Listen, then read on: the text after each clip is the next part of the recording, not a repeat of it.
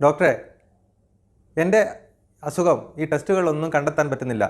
എനിക്കാണെങ്കിൽ കുറേ വർഷങ്ങളായി ശരീരമാസകലം വേദനയാണ്. ഏത് തരം മരുന്ന് കുടിച്ചിട്ടും എൻ്റെ വേദനയ്ക്കൊരു മാറ്റവുമില്ല. ഞാൻ എന്താണ് ചെയ്യുക?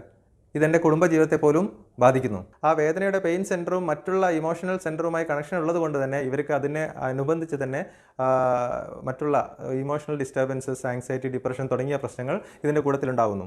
ശരീരം മൊത്തത്തിൽ നമുക്ക് സ്ട്രെച്ച് ചെയ്യുന്ന രീതിയിലുള്ള എക്സസൈസ് എപ്പോഴും ഇത്തരത്തിലുള്ള രോഗികൾ യോഗ പോലെയുള്ള കാര്യങ്ങളെല്ലാം ഇവർക്ക് ഹെൽപ്പ് ചെയ്യുന്നതാണ്. അതോടൊപ്പം തന്നെ നമ്മൾ മെഡിസിൻസ് എടുക്കുക, പ്ലസ് മറ്റുള്ള കാര്യങ്ങൾ സൈക്കോളജിക്കൽ സപ്പോർട്ടും കൂടി എടുത്തു കഴിഞ്ഞാൽ നമുക്ക് ഇത്തരത്തിലുള്ള ഒരു ബയോ സൈക്കോ സോഷ്യൽ മോഡൽ ആയിട്ടുള്ള ട്രീറ്റ്മെൻറ്റ് എടുത്തു കഴിഞ്ഞാൽ രോഗിക്ക് നല്ല ആശ്വാസമുണ്ടാകും. കഴിഞ്ഞ ദിവസം എൻ്റെ OPയിൽ ശരീരമാസകലം വേദനയുമായി ഒരു വീട്ടമ്മ വന്നു. അവർ ഒരു കെട്ട് ടെസ്റ്റുകളുമായിട്ടാണ് വന്നത്. എന്നിട്ട് അവർ പറഞ്ഞു, ഡോക്ടറെ, എൻ്റെ അസുഖം ഈ ടെസ്റ്റുകളിലൊന്നും കണ്ടെത്താൻ പറ്റുന്നില്ല. എനിക്കാണെങ്കിൽ കുറേ വർഷങ്ങളായി ശരീരമാസകലം വേദനയാണ്. ഏത് തരം മരുന്ന് കുടിച്ചിട്ടും എൻ്റെ വേദനയ്ക്കൊരു മാറ്റവുമില്ല. ഞാൻ എന്താണ് ചെയ്യുക? ഇതെൻ്റെ കുടുംബജീവിതത്തെ പോലും ബാധിക്കുന്നു. നിങ്ങൾ ഇത്തരത്തിലുള്ള ആളുകളെക്കുറിച്ച് കേട്ടിട്ടുണ്ടോ? അതെ, ശരീരമാസകലം വേദനയുണ്ടാക്കുന്ന ഒരു അസുഖത്തെക്കുറിച്ചാണ് ഇന്നത്തെ എൻ്റെ ചർച്ച.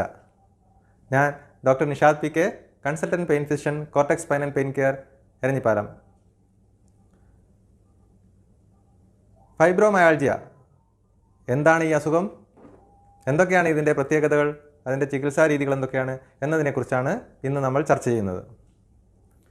എന്താണ് യഥാർത്ഥത്തിൽ ഫൈബ്രോമയാൾജിയ? ഇതിൻ്റെ ഏറ്റവും വലിയ പ്രത്യേകത ശരീരം മൊത്തത്തിലുള്ള വേദനയാണ്. അതായത് 2 കൈകളിലും 2 കാലുകളിലും ശരീരം മൊത്തത്തിലുള്ള ഭാഗത്ത് വേദന അനുഭവപ്പെടും. ഇതിന് സാധാരണയായി നമുക്ക് ശരീരത്തിൻ്റെ ഏതെങ്കിലും ഒരു ഭാഗത്ത് ചെറിയൊരു വേദനയായിട്ട് തുടങ്ങിയതായിരിക്കും. ഒന്നുകിൽ ഒരു വലത്തെ കൈയോ അല്ലെങ്കിൽ കഴുത്തിൻ്റെ ഭാഗത്ത് അല്ലെങ്കിൽ നടുവിൻ്റെ ഭാഗത്ത് ഒരു വേദനയായിട്ട് തുടങ്ങി പിന്നീട് അത് മെല്ലെ മെല്ലെ ശരീരമാസകലം വ്യാപിച്ച് ശരീരം മൊത്തത്തിൽ വേദനയായി മാറുന്നു. വർഷങ്ങൾ കൊണ്ട് ഉണ്ടാവുന്നതാണ്. കഴിഞ്ഞ ഒരു 4-5 വർഷമായി വേദന അനുഭവിക്കുന്നു. ആദ്യം നമുക്ക് തുടങ്ങിയത് കഴുത്ത് വേദനയായിരിക്കും. അത് കഴിഞ്ഞ് കുറച്ച് കാലങ്ങൾ കഴിഞ്ഞപ്പോൾ അതേ വശത്ത് കാലിന് വേദന തുടങ്ങി. കുറച്ച് കാലം കഴിഞ്ഞപ്പോൾ ഓപ്പോസിറ്റ് മറുവശത്തുള്ള കൈക്കും കാലിനും വേദന തുടങ്ങി. ഇത്തരത്തിലാണ് ഈ ഒരു അസുഖം ഉണ്ടാകുന്നത്. അപ്പോൾ ഒരു ഫൈബ്രോമയാൾജിയ എന്നൊരു സ്റ്റേജിൽ എത്തിക്കഴിഞ്ഞു കഴിഞ്ഞാൽ ഈ രോഗിക്ക് ശരീരമാസകലം വേദനയുണ്ടാവും. അതോടൊപ്പം തന്നെ ഒരുപാട് ബുദ്ധിമുട്ടുകൾ, അതായത് പകൽ സമയത്ത് അല്ലെങ്കിൽ എല്ലാ സമയത്തും ക്ഷീണം അനുഭവപ്പെടുക, ഒന്നിനും ഒരു ഉത്സാഹമില്ലായ്മയും ക്ഷീണവും അനുഭവപ്പെടുക, രാവിലെ എഴുന്നേറ്റ് വരുന്ന സമയത്ത് ബെഡിൽ നിന്ന് എഴുന്നേൽക്കാൻ പറ്റാത്ത അവസ്ഥ, ശരീരം മസിൽസ് എല്ലാം ടൈറ്റായി മൊത്തത്തിൽ ശരീരത്തിനൊരു മുറുക്കം അനുഭവപ്പെടുക, എണീറ്റ് വരാനുള്ള ബുദ്ധിമുട്ട്, വേദന മാക്സിമം അനുഭവപ്പെടുന്നത് രാവിലെ എഴുന്നേറ്റ് വരുമ്പോഴാണ്. അത് കഴിഞ്ഞ് കുറച്ചൊരു 1-2 മണിക്കൂർ കഴിഞ്ഞ് ജോലിയൊക്കെ തുടങ്ങി കഴിയുമ്പോൾ കുറച്ചൊരു ആശ്വാസമുണ്ടാകും. വേദനയല്ലാതെ മറ്റുള്ള പ്രശ്നങ്ങൾ, ഉറക്കം നഷ്ടപ്പെട്ട ഒരവസ്ഥ, അതായത് രാത്രി കാലങ്ങളിൽ ഉറക്കം കുറവായിരിക്കും, രാവിലെ എഴുന്നേറ്റാലും ഉറക്കത്തിൻ്റെ ഒരു ക്ഷീണം മാറാത്ത രീതിയിലുള്ളൊരു അവസ്ഥ, ഇത് സ്ഥിരമായിട്ടുള്ള എല്ലാ ദിവസവുമുള്ള ഒരു വേദന ആയതുകൊണ്ട് തന്നെ അവരുടെ മാനസികമായി വളരെ ബാധിക്കുന്നു. ഡിപ്രഷൻ, ആങ്സൈറ്റി തുടങ്ങിയ ബുദ്ധിമുട്ടുകൾ അവർക്കുണ്ടാകുന്നു. വീട്ടിലൊരാൾ ദിവസവും വേദന പറഞ്ഞുകൊണ്ടിരിക്കുമ്പോൾ അത് കുടുംബത്തിലെ മറ്റുള്ള ആളുകളെയും ബാധിക്കുന്നു. അപ്പോൾ വേദന ഉണ്ടാകുന്നവരുടെ കുടുംബത്തിലെ കുടുംബനാഥനാണെങ്കിലും അല്ലെങ്കിൽ മക്കളാണെങ്കിലും മറ്റുള്ള ആളുകൾക്ക് ഇതൊരു പ്രശ്നമാണ്. അപ്പോൾ അവർക്കൊരു പ്രശ്നമാവുമോ എന്നുള്ള ചിന്ത രോഗിയെ വീണ്ടും മാനസികമായി ബുദ്ധിമുട്ടുണ്ടാക്കുന്നു. ഇതാണ് ഒരു ഫൈബ്രോമയാൾജിയ എന്നറിയപ്പെടുന്ന ഈ അസുഖമുള്ള രോഗിയുടെ ഒരു സാധാരണ ജീവിതം. അപ്പോൾ എന്താണ് യഥാർത്ഥത്തിൽ ഈ അസുഖത്തിൽ എവിടെയാണ് പ്രശ്നം? ഇതൊരു പേശി വേദനയാണോ അല്ലെങ്കിൽ നമ്മുടെ ഞരമ്പിനെ സംബന്ധിക്കുന്ന ഒരു വേദനയാണോ? അതാണ് പലപ്പോഴും പലർക്കും, രോഗികൾക്ക് തന്നെ അറിയാത്ത രോഗികൾക്കും ഡോക്ടർമാർക്കും പലപ്പോഴും കൺഫ്യൂഷൻ വരുന്നൊരു ഭാഗം ഇതാണ്. എന്താണ് യഥാർത്ഥത്തിൽ ഈ അസുഖത്തിൽ സംഭവിക്കുന്നത്? സത്യത്തിൽ ഫൈബ്രോമയാൾജിയ എന്ന് പറയുന്നത് ഒരു ന്യൂറോളജിക്കൽ ഡിസോർഡറാണ്. അതായത് അത് നാഡീ സംബന്ധമായ ഒരു അസുഖമാണ്. രോഗിക്ക് വേദന ഉണ്ടാകുന്നത് ശരീരത്തിലുള്ള എല്ലാ പേശികളിലുമാണ്. പക്ഷേ അത് മസിൽസിൻ്റെ, പ്രധാനമായും പേശികളെ ബാധിക്കുന്ന അസുഖമല്ല. മറിച്ച് അത് തലച്ചോറിൽ നിന്ന്, അതായത് സെൻട്രൽ നെർവസ് സിസ്റ്റം എന്നറിയപ്പെടുന്ന നമ്മുടെ തലച്ചോറും സുഷുമ്നാ നാഡിയും അടങ്ങിയ ഭാഗത്ത് നെർവ്സിനുണ്ടാകുന്ന മാറ്റങ്ങൾ കൊണ്ടുണ്ടാകുന്ന ഒരു അസുഖമാണ് ഫൈബ്രോമയാൾജിയ. അത് തുടങ്ങാൻ കാരണം തുടക്കത്തിൽ ഇതുപോലെ വല്ല പരിക്കുകളോ അല്ലെങ്കിൽ ഏതെങ്കിലും ഒരു മസിൽസിൻ്റെയോ അല്ലെങ്കിൽ ഏതെങ്കിലും ഒരു ഡിസ്കിൻ്റെയോ ഭാഗത്തുണ്ടാകുന്ന ചെറിയ അസുഖമായിട്ടായിരിക്കും തുടങ്ങിയിട്ടുണ്ടാകുക. പക്ഷേ തുടർച്ചയായി നമ്മുടെ ശരീരത്തിൻ്റെ ഏതെങ്കിലും ഒരു ഭാഗത്ത് വേദന അനുഭവപ്പെടുകയും ആ വേദന ഈ നെർവ്സ്, നാഡികൾ വഴി സ്പൈനൽ കോഡിലൂടെ തലച്ചോറിലെത്തുന്നു. അപ്പോഴാണ് നമ്മളൊരു വേദന അറിയുന്നത്. അപ്പോൾ അത് സ്ഥിരമായിട്ടൊരു ഭാഗത്തു നിന്ന് വേദനയുടെ സിഗ്നൽസ് നമ്മൾ തലച്ചോറിലെത്തി കഴിഞ്ഞാൽ ആ തലച്ചോറിൻ്റെ ഭാഗത്ത്, വേദന അറിയുന്ന ഭാഗത്തും അതുപോലെ തന്നെ ഈ വേദന കൊണ്ടുപോകുന്ന സുഷുമ്നാ നാഡിയുടെ ഭാഗത്തും ചെറിയ കെമിക്കൽ ചേഞ്ചസ് വരും. അവിടെ ഉണ്ടാകുന്ന ആ മാറ്റത്തിനാണ് സെൻട്രൽ സെൻസിറ്റൈസേഷൻ എന്ന് പറയുന്നത്. അതായത് നമ്മുടെ നെർവ്സ് കൂടുതൽ സെൻസിറ്റീവ് ആവുകയാണ്. ആദ്യം ഒരു സ്ഥലത്തുനിന്ന് ഒരു വേദന നമ്മൾ തൊട്ട് കഴിഞ്ഞാൽ അല്ലെങ്കിൽ എന്തെങ്കിലും ഒരു വേദന ഉണ്ടായിക്കഴിഞ്ഞാൽ അത് ഒന്നായിട്ടാണ് അറിയുന്നതെങ്കിൽ ഈ ഒരു അവസ്ഥയിലെത്തുമ്പോൾ ഒരു വേദന 10 മടങ്ങായിട്ട് 100 കണക്കിന് വേദനയായിട്ട് നമുക്ക് അനുഭവപ്പെടും. അതായത് വേദനയുടെ കാഠിന്യം കൂടുന്നു. ചെറിയതൊരു സ്റ്റിമുലസ് ഉണ്ടാകുമ്പോൾ തന്നെ വേദന കൂടുന്നു. അത്തരത്തിലൊരു അവസ്ഥയിലേക്ക് വരുന്നതിനാണ് സെൻട്രൽ സെൻസിറ്റൈസേഷൻ എന്ന് പറയുന്നത്. ഇത്തരത്തിൽ ബ്രെയിനിലും സ്പൈനൽ കോഡിലും വരുന്ന മാറ്റങ്ങൾ കൊണ്ടാണ് ഈ ഫൈബ്രോമയാൽജിയ എന്നൊരു അസുഖം ഉണ്ടാകുന്നത്. അതുകൊണ്ട് എന്താ സംഭവിക്കുന്നത്? ശരീരം മൊത്തത്തിൽ ഒരുപോലെ നമുക്ക് വേദന ഉണ്ടാവും. ഏതെങ്കിലും ഒരു മസിലിൻ്റെ ഭാഗത്ത് പിടിച്ച് ഞെക്കിയാൽ നമ്മൾ ടെൻഡർ പോയിൻറ്റ്സ് എന്ന് പറയും. മസിൽസിൻ്റെ ശരീരത്തിൻ്റെ പല പോയിൻറ്റുകൾ അവിടെ നമ്മൾ ഞെക്കിക്കഴിഞ്ഞാൽ നല്ലപോലെ വേദന ഉണ്ടാവും. രോഗിക്ക് ശക്തമായ വേദന ഉണ്ടാവും. ചിലപ്പോൾ തട്ടുമ്പോൾ തന്നെ ചെറുങ്ങനെ തൊടുമ്പോൾ തന്നെ വേദന ഉണ്ടാവും. ഇതൊക്കെയാണ് അതുകൊണ്ടുണ്ടാകുന്ന പ്രശ്നങ്ങൾ. ഇതോടൊപ്പം തന്നെ ഈ കെമിക്കൽ ചേഞ്ചസ് ആ വേദനയുടെ പെയിൻ സെൻറ്ററും മറ്റുള്ള ഇമോഷണൽ സെൻറ്ററുമായി കണക്ഷൻ ഉള്ളത് കൊണ്ട് തന്നെ ഇവർക്ക് അതിനെ അനുബന്ധിച്ച് തന്നെ മറ്റുള്ള ഇമോഷണൽ ഡിസ്റ്റർബൻസസ്, ആങ്സൈറ്റി, ഡിപ്രഷൻ തുടങ്ങിയ പ്രശ്നങ്ങൾ ഇതിൻ്റെ കൂട്ടത്തിലുണ്ടാകുന്നു. ഇതേ സംഭവം തന്നെ നമ്മുടെ ബവലുമായി, അതായത് കുടലുമായി കണക്ഷൻ ഉള്ളത് കൊണ്ട് തന്നെ ഇത്തരത്തിലുള്ള മിക്ക രോഗികൾക്കും അതിനോടനുബന്ധമായി തന്നെ ഗ്യാസിൻ്റെ പ്രശ്നം, വയറിൽ എരിച്ചിൽ, തികട്ടി വരുന്ന അവസ്ഥ, അല്ലെങ്കിൽ വയറ്റുനിന്ന് പോകാതെ സ്തംഭനത്തിൻ്റെ പ്രശ്നം, ഇത്തരത്തിലുള്ള സംഭവങ്ങൾ, വയറ് സംബന്ധമായ അസുഖങ്ങളും സാധാരണയായി ഫൈബ്രോമയാൽജിയയിൽ കൂടുതൽ കാണാറുണ്ട്. പലപ്പോഴും ഈ രോഗിക്ക് ഇത് ഓരോന്നും വേറെ ആയിട്ട് തലവേദന ഉണ്ടാവും, വയറിന് അസ്വസ്ഥതകൾ ഉണ്ടാവും, ശരീരം മൊത്തത്തിൽ വേദന ഉണ്ടാവും. അപ്പോൾ ഓരോന്നും ഓരോ സ്ഥലത്ത് മാറി മാറി ചികിത്സിക്കുന്ന ഒരു അവസ്ഥയിലാണ് ഉണ്ടാവുക. സത്യത്തിൽ ഇതെല്ലാം ഇൻ്റർ കണക്റ്റഡ് ആയിട്ടാണ്. ഈ ഒരു അസുഖത്തിൽ ശരീരത്തിൽ പല ഭാഗങ്ങളായി പല അസ്വസ്ഥതകളായിട്ടാണ് അനുഭവപ്പെടുന്നത്. അപ്പോൾ എന്താണ് നമുക്കിതിൽ ചെയ്യാൻ പറ്റുക? എന്ത് ടെസ്റ്റ് ചെയ്തിട്ടാണ് ഇത് കണ്ടുപിടിക്കാൻ പറ്റുക? അവിടെയാണ് ഏറ്റവും വലിയൊരു പ്രശ്നം. അതായത് ഈ രോഗികളുടെയും ഈ കുടുംബത്തിലുള്ള മറ്റുള്ള ആളുകളുടെയും സ്ഥിരമായിട്ടുള്ള കംപ്ലയിൻറ്റ് ഒരുപാട് ടെസ്റ്റുകൾ ചെയ്തു. അതായത് ഇത്തരം രോഗികളെ എല്ലാ ബ്ലഡ് ടെസ്റ്റുകളെല്ലാം ചെയ്തു, അതുപോലെ സ്കാനിങ് ചെയ്തു. പക്ഷേ എന്നിട്ടും എല്ലാം നോർമൽ. അപ്പോൾ ടെസ്റ്റുകളിലൊന്നും കണ്ടെത്താൻ പറ്റുന്നില്ല എന്നുള്ളൊരു കംപ്ലയിൻറ്റ് സാധാരണയായി എല്ലാ രോഗികളും പറയുന്നൊരു കാര്യമാണ്. അവരുടെ ഏറ്റവും വലിയൊരു സങ്കടം അത് തന്നെയാണ്. അതായത് എൻ്റെ അസുഖം ആർക്കും കണ്ടെത്താൻ പറ്റുന്നില്ല. കാരണം ടെസ്റ്റുകൾ കണ്ടെത്തുന്ന ഇപ്പോൾ ഇതൊരു റിപ്പോർട്ട് കാണിച്ച് ഇതാണ് നിങ്ങളുടെ പ്രശ്നം എന്ന് പറയുമ്പോൾ അവർക്കുണ്ടാകുന്ന ഒരു സാറ്റിസ്ഫാക്ഷൻ ഈ ഫൈബ്രോമയാൽജിയ രോഗികൾക്ക് കിട്ടില്ല. കാരണം വെച്ചാൽ അത് ടെസ്റ്റുകളിലൂടെ കണ്ടെത്താൻ പറ്റുന്ന ഒരു അസുഖമല്ല.